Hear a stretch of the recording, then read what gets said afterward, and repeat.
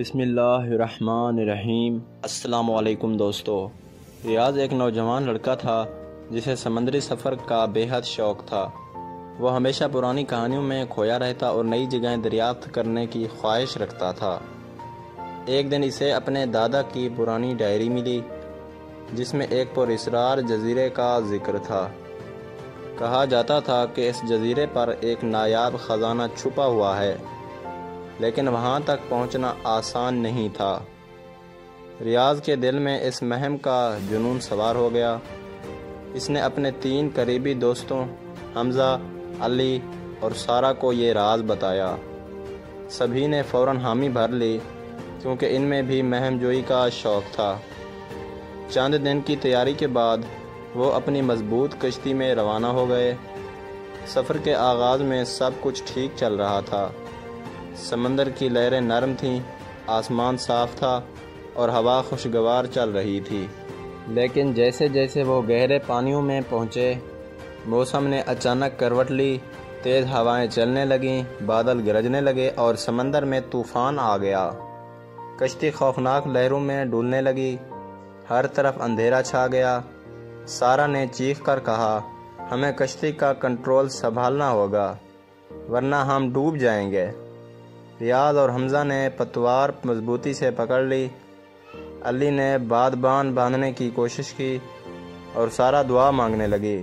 کئی گھنٹوں کی جدوجہد کے بعد آخر کار طوفان تھم گیا، مگر جب روشنی ہوئی تو انہوں نے دیکھا کہ وہ ایک انجان ساحل پر پہنچ چکے تھے۔ چاروں دوست حیرانی سے ایک دوسرے کو دیکھنے لگے۔ کیا یہ وہی جزیرہ تھا جس کا ذکر ڈائری میں تھا؟ ساحل پر اتر کر انہوں نے آس پاس کا جائزہ لینا شروع کیا۔ جزیرہ گھنے درختوں سے بھرا ہوا تھا اور ہر طرف پر اسرار خاموشی تھی۔ اچانک علی نے زمین پر ایک پرانی زنگ آلود تختی دیکھی جس پر کچھ لکھا تھا۔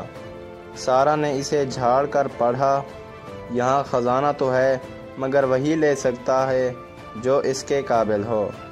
یہ الفاظ سن کر سب کے چہروں پر تجسس چھا گیا۔ کیا یہ کسی طرح کا اشارہ تھا؟ وہ سب جزیرے کے اندر جانے لگے۔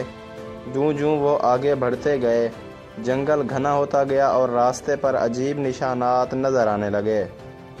کچھ درختوں کے تنے پر تیر کے نشان بنے تھے جو شاید کسی خاص سمت کی طرف اشارہ کر رہے تھے۔ چلتے چلتے وہ ایک پراسرار غار تک پہنچے۔ غار کے باہر ایک بڑی پتھر کی تختی رکھی تھی جس پر مزید کچھ لکھا تھا۔ جو سچائی کا سامنا کرے گا وہی خزانے تک پہنچے گا۔ یہ الفاظ اور بھی پراسرار تھے۔ سارہ نے مشورہ دیا کہ ہمیں محتاط رہنا چاہیے کیونکہ یہ جگہ کسی عام انسان کے لیے نہیں تھی۔ ریاض نے حوصلہ دکھاتے ہوئے اندر جانے کا فیصلہ کیا۔ جیسے ہی وہ غار میں داخل ہوئے، ان کے سامنے ایک تنگ راستہ تھا جو اندھیرے میں غائب ہو رہا تھا۔ علی نے اپنی ٹارچ جلائی اور آگے بڑھنے لگا۔ غار کے اندر عجیب و غریب نقوش کھدی ہوئے تھے جن میں کچھ پرندوں، کچھ درختوں اور کچھ نامعلوم نشانات کی شکلیں بنی ہوئی تھیں۔ کچھ آگے جا کر انہیں ایک بڑا ہال نما کمرہ ملا جس کے درمیان میں 3 دروازے تھے۔ ہر دروازے پر ایک الگ نشانی بنی ہوئی تھی، ایک پر سورج، دوسرے پر چاند اور تیسرے پر ایک ستارہ۔ وہ سمجھ نہیں پا رہے تھے کہ کس دروازے سے جانا چاہیے۔ اچانک سارہ کو یاد آیا کہ دادا کی ڈائری میں سورج کے نشان کا ذکر تھا۔ ریاض نے سورج والے دروازے کو دھکیلا اور وہ آہستہ آہستہ کھل گیا۔ اندر ایک طویل سرنگ تھی جو نیچے کی طرف جا رہی تھی۔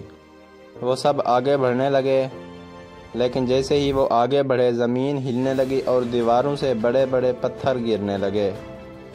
وہ سب بھاگنے لگے تاکہ خود کو بچا سکیں۔ بڑی مشکل سے وہ دوسری طرف پہنچے جہاں ایک وسیع کمرہ تھا۔ کمرے کے بیچ میں ایک پرانا سنہری صندوق پڑا تھا۔ ان سب کی آنکھیں حیرت سے کھلی رہ گئیں۔ یہ وہی خزانہ تھا جس کی تلاش میں وہ آئے تھے، لیکن جیسے ہی وہ خزانے کے قریب پہنچے، زمین ہلنے لگی اور دیواروں پر کچھ نقوش چمکنے لگے۔ اچانک ایک گہری آواز گونجی، اگر تم نے خزانہ لیا تو تمہیں اس کی قیمت بھی چکانی ہوگی۔ یہ سنتے ہی سب پیچھے ہٹ گئے۔ سارا نے کہا، یہ خزانہ صرف دولت نہیں بلکہ ایک آزمائش بھی ہے۔ اگر ہم نے اسے لینے کی کوشش کی تو ہو سکتا ہے ہم ہمیشہ کے لیے یہاں قید ہو جائیں۔ ریاض نے سوچا اور کہا، ہم یہاں صرف خزانے کے لیے نہیں آئے بلکہ سچائی جاننے کے لیے بھی آئے ہیں۔ انہوں نے کمرے کی دیواروں کا بغور جائزہ لینا شروع کیا۔ دیواروں پر بنی تصاویر سے انہیں اندازہ ہوا کہ یہ خزانہ کسی قدیم بادشاہ کا تھا جو اسے نیک نیت لوگوں کے لیے چھوڑ کر گیا تھا۔ اگر کوئی اسے غلط نیت سے لینے آئے گا تو وہ کبھی باہر نہیں جا سکے گا۔ یہ جان کر انہوں نے فیصلہ کیا کہ وہ خزانے کو نہیں چھوئیں گے۔ جیسے ہی انہوں نے پیچھے ہٹنے کا فیصلہ کیا، کمرے کے دروازے خود بخود کھل گئے اور روشنی اندر آنے لگی۔ ایسا لگ رہا تھا جیسے جزیرہ ان کے فیصلے سے خوش ہوا ہو۔ وہ سب تیزی سے باہر نکلے اور دیکھتے ہی دیکھے وہ راستہ جس سے وہ آئے تھے خود ہی بند ہو گیا۔ وہ سب حیرت اور خوشی کے ملے جلے جذبات کے ساتھ ساحل کی طرف واپس لوٹ آئے۔ جب وہ کشتی میں بیٹھے تو علی نے کہا، شاید اصل خزانہ سونا اور چاندی نہیں بلکہ وہ سبق ہے جو ہم نے سیکھا۔ ریاض نے مسکرا کر کہا، ہاں، بعض اوقات دنیا کے سب سے بڑے راز طاقت اور دولت میں نہیں بلکہ دانش مندی اور سچائی میں ہوتے ہیں۔ اس مہم کے بعد وہ سب پہلے سے زیادہ سمجھدار اور تجربہ کار ہو چکے تھے۔ ان کی یہ کہانی ہمیشہ کے لیے یادگار بن گئی، اور جب بھی وہ اپنی زندگی میں کسی مشکل فیصلے کا سامنا کرتے، وہ اس جزیرے کی یادوں کو یاد کر کے صحیح راستہ چن لیتے۔